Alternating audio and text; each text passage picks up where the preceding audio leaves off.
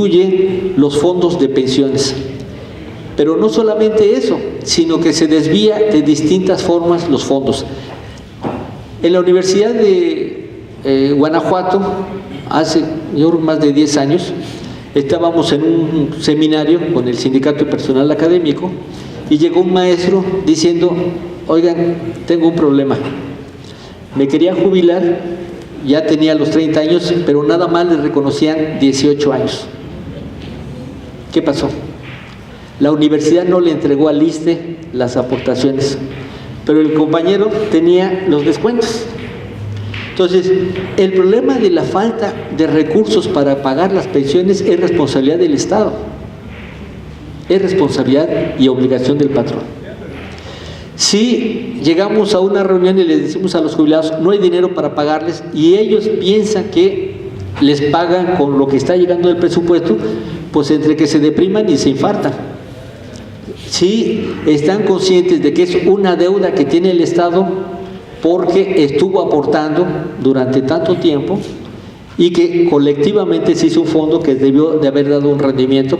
Si hoy tuviéramos 7 billones de pesos, tendríamos con un rendimiento del 10% para pagar 3 veces los fondos de pensiones hasta de los ministros de la Corte. Ustedes saben que los ministros tienen una modesta pensión. De los primeros, el primer año son 500,000 pesos mensuales y después baja a 480,000 pesos. Son como se sacrifican por el país, etcétera. Bueno, esas sí son las pensiones de privilegio. Bueno, si tuviéramos los fondos de pensiones, y esa es una primera discusión que nosotros planteamos, en dónde quedaron los fondos de pensiones. La segunda estrategia es la impugnación jurídica. Aunque no creemos en el Poder Judicial, tenemos que hacer la lucha en el plano legal. ¿Qué pasó con la reforma a la ley del ISSSTE? Ahí tuvimos una diferencia con el magisterio en la estrategia de acción. Todo el mundo estaba, con todo respeto, muy encabronado con un director del ISSSTE, que ahora va a ser gobernador de Veracruz, Yunes, y entonces hicieron un plantón enfrente del ISSSTE. Pero ¿cuál era el problema de estar enfrente del ISSSTE? La discusión del amparo se hacía en la Suprema Corte de Justicia. Entonces, el problema de la discusión de los métodos de lucha es estar jugando en el estacionamiento del estadio o en los túneles cuando la pelota está en la cancha. Nosotros pusimos en la mesa, en el banquillo de los acusados, a los ministros, que por cierto, había un ministro que era gordito, pero gordito. Entonces, pero pensiones millonarias para ellos, y ellos estaban reduciendo las pensiones. ¿Cuál es el horizonte de las pensiones? El horizonte de la pensión está establecido ya en la ley. En el Seguro Social es un salario mínimo, que es la pensión mínima garantizada, y en el ISSSTE son 2 salarios mínimos.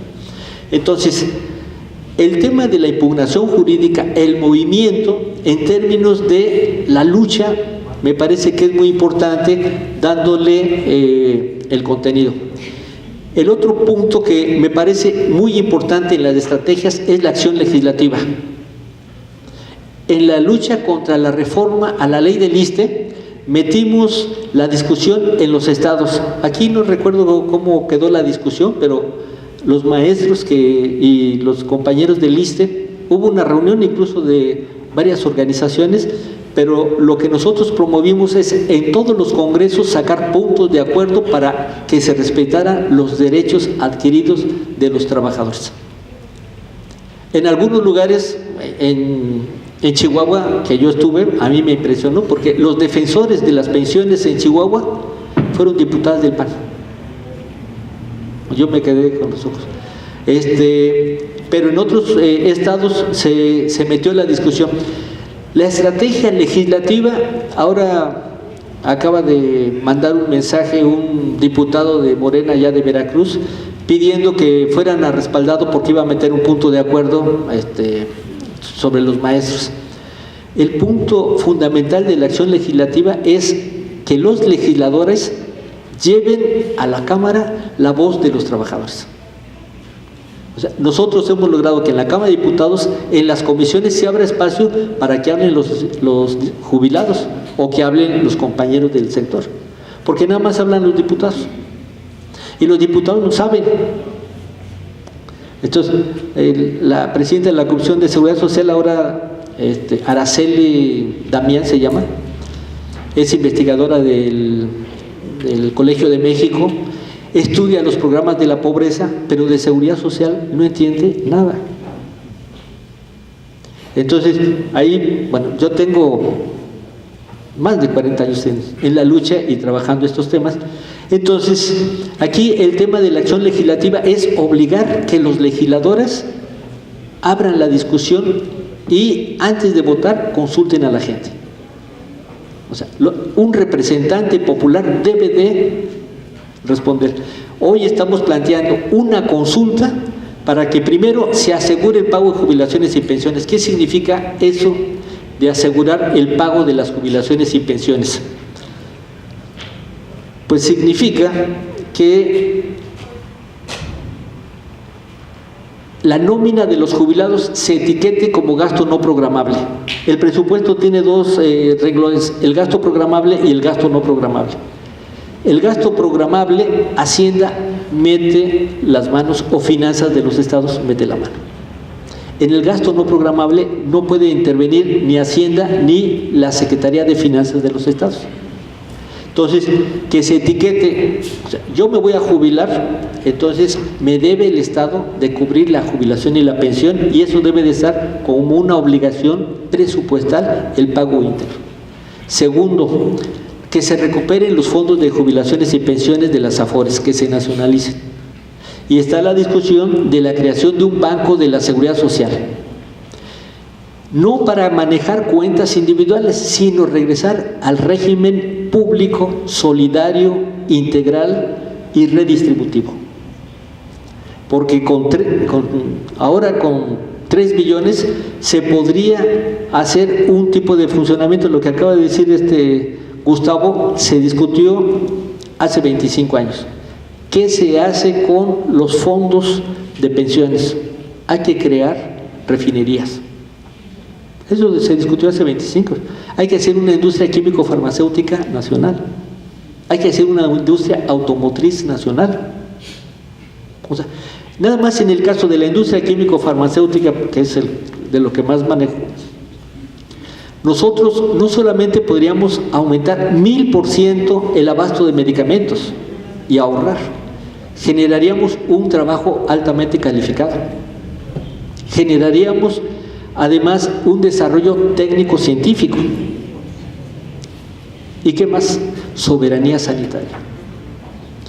Ustedes recordarán de una influenza cochina, la influenza porcina, que le cambiaron de nombre por razones políticas y comerciales.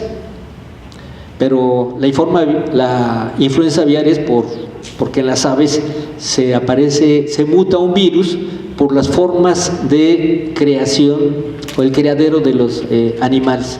El cambio metabólico, hormonal, etcétera, que se pone a los medicamentos a los animales para que crezcan más rápido, para que hagan músculo más pronto, eso ha generado los cambios en los virus. Bueno, hacer los estudios de la influenza porcina no se hacen en México, se tuvieron que hacer en Atlanta, en Inglaterra y en Canadá. Nosotros exportábamos productos biológicos a Centroamérica, Sudamérica, Medio Oriente y África. Desmantelaron los laboratorios nacionales, el Instituto Nacional de Virología, etcétera. Entonces, ¿a dónde irían los fondos de jubilaciones y pensiones? A una inversión productiva que genere empleo, que genere riqueza, que satisfaga las necesidades del ser humano. O sea, no hay que inventar eso. O sea, eso es parte de una discusión de hace 25 años. Ahora, el problema de algunos expertos es que quieren ver cómo mejoran el modelo, pero este modelo no tiene ninguna forma de mejorar. O sea, necesitamos regresar al régimen público y solidario, integral y redistributivo. Ese sería. Ahora, un tema que nos parece muy importante en las estrategias es la alianza con los derechohabientes. Ahora, el tema de las jubilaciones debía de ser un tema de todo mundo. Hace como 10 años, un poco más, en Francia, tuvimos una reunión sobre este tema, y al ir en los trenes, los jóvenes estaban muy preocupados por el cambio del régimen de jubilaciones y pensiones. Lo querían llevar a 70 años. Entonces decían, pues yo tengo 20 años, para jubilarme a los 70 años voy a tener que trabajar 50 años. Entonces, bueno, ¿cómo abordamos el tema de la alianza de los jóvenes y los viejos con el trabajo? O sea, el joven no va a estar pensando que si me voy a hacer viejo. Al joven le interesa tener un buen trabajo. Hagamos que las jubilaciones y la seguridad social se vinculen directamente con un trabajo digno. Y el servicio y todos los elementos que son de la seguridad social, las jubilaciones, la vivienda, etcétera. Un tema que es muy importante es la vinculación con la academia. Y como bien decía Gustavo, que no sea un problema de discusiones superficiales hoy individualmente hay 8 o 10 compañeros como Gustavo que trabajan y van y llevan información, pero la academia está ausente. Solamente tenemos el Instituto de Investigaciones Económicas, donde hay un taller de jubilaciones y pensiones donde está Berenice Ramírez. Hay 5 o 6 investigadores que han trabajado esto durante 20 años o 30, pero a fondo y en serio, jubilaciones y pensiones. Está en la Facultad de Ciencias, hay un seminario sobre jubilaciones y pensiones, y está el Centro de Análisis de Coyuntura de Economía de la UNAM también. Son grupos de economía, y aquí una cuestión sería muy importante, como lo vimos en Veracruz, que se está trabajando hacer un equipo de investigadores para que trabajen conjuntamente con el Frente de Jubilados y las organizaciones que están participando frente a esta temática. Para concluir, yo nada más comentaría 3 grandes líneas de acción que me parece que son lo que hemos estado viviendo. El primero es, hagamos los esfuerzos porque se visualice la problemática. Hoy hay una serie de paros en Veracruz, en hospitales, porque no les pagaron el salario. Bueno, eso ya se sabía. Hay una serie de problemas. No actuemos hasta que pase. Hagamos las acciones antes.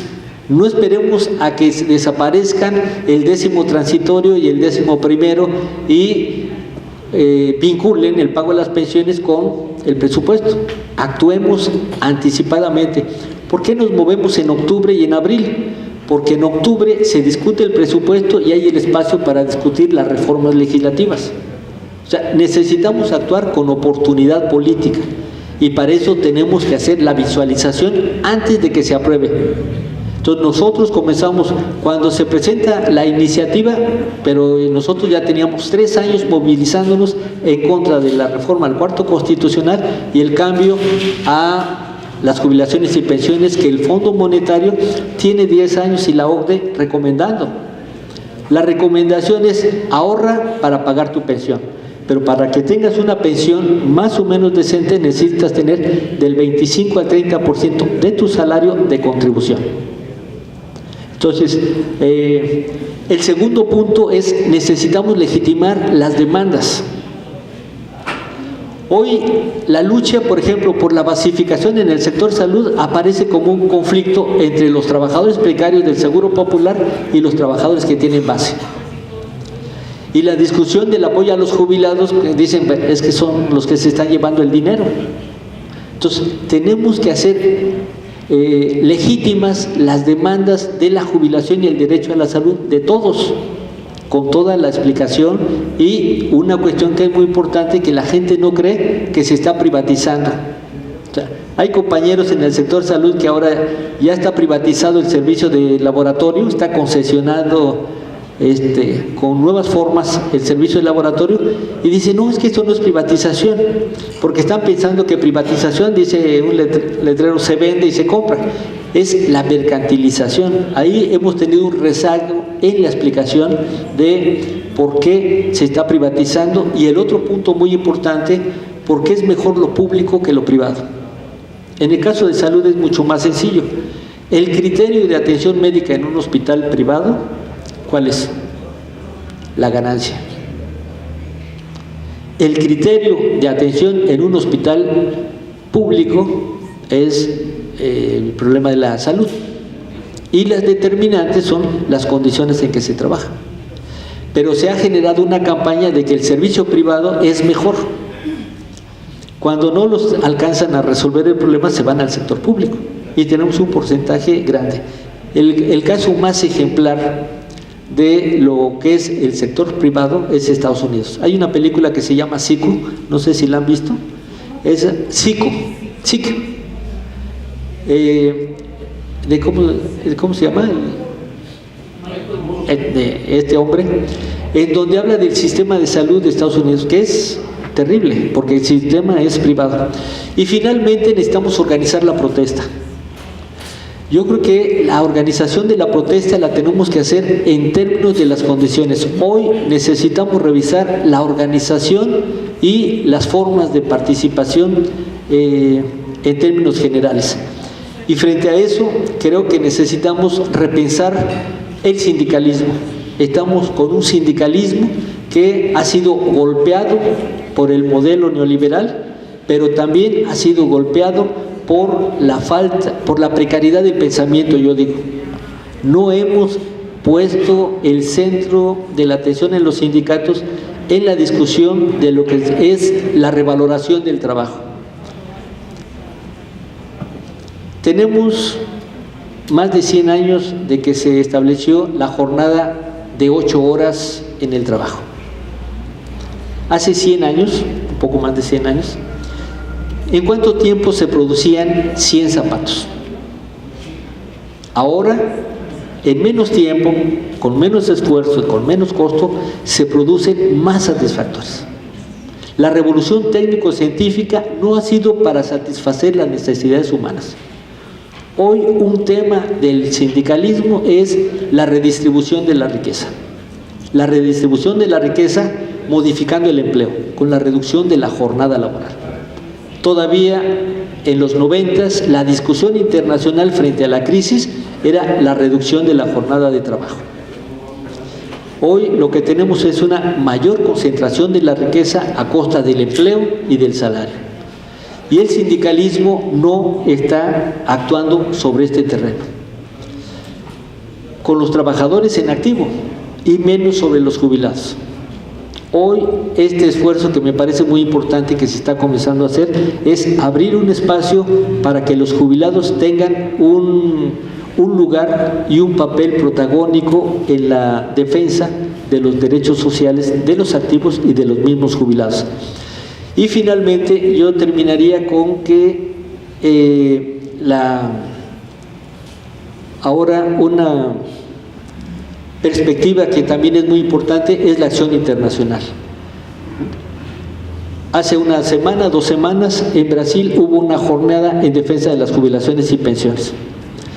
El nuevo gobierno está continuando con lo de Lula, pero peor, está planteando la reducción de las jubilaciones y pensiones, etc. En ese sentido, es muy importante que pudiéramos ir estableciendo campañas comunes en defensa de las jubilaciones y la seguridad social. Yo aquí le dejaría por si hay alguna pregunta o comentario. Adelante. Tenemos un tiempo para preguntas, algunas que quisieran hacer. Allá tenemos la compañera Marcela. No sé si hay alguien más que desea participar. Levanta la mano. ¿Sí?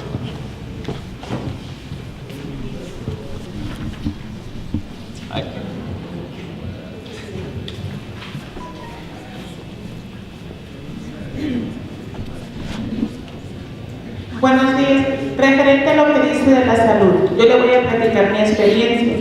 Yo acepté la reforma lista, soy maestra, era maestra porque me cesaron. Creí en las bondades.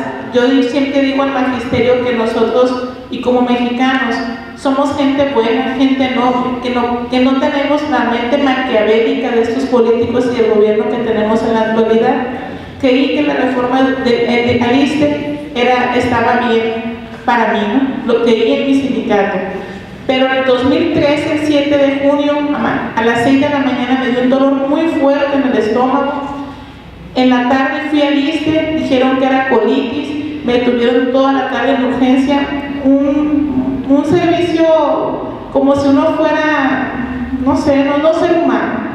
Entonces, 2 días tuve un dolor fuerte y estuve trabajando todo el día como maestra. Se me reventó la apéndice, grave me vi. Me atendieron en la clínica del Noroeste, por eso me salvé y lo estoy practicando. Ese es el servicio con el que contamos los maestros. Nos salvamos cuando Dios pone los medios. Los recursos no los tenemos, salen quién sabe de dónde. 95,000 pesos fue la operación porque se complicó, duré con la apéndice toda la noche reventada. Entonces, eso es lo que estamos viviendo los maestros y la sociedad. Las reformas estructurales, la privatización, la verdad es maquiavélico, ¿no? Siento que quieren que nos muéramos o ya nos dejaron sin trabajo. Sé que también la sociedad mexicana no puede contemplar tanta maldad, por eso no lo puede ver la privatización ni comprender lo que estamos sucediendo. Por eso es un proceso. Yo le digo a los maestros que el sistema educativo nos ha enseñado a permitir todo lo que estamos viviendo, pero aquí en Sonora nos han golpeado tanto, Río Sonora, Tribu Yaqui, ya a lo mejor en todas las situaciones, guarderías, ABC, y ya está hasta la inconformidad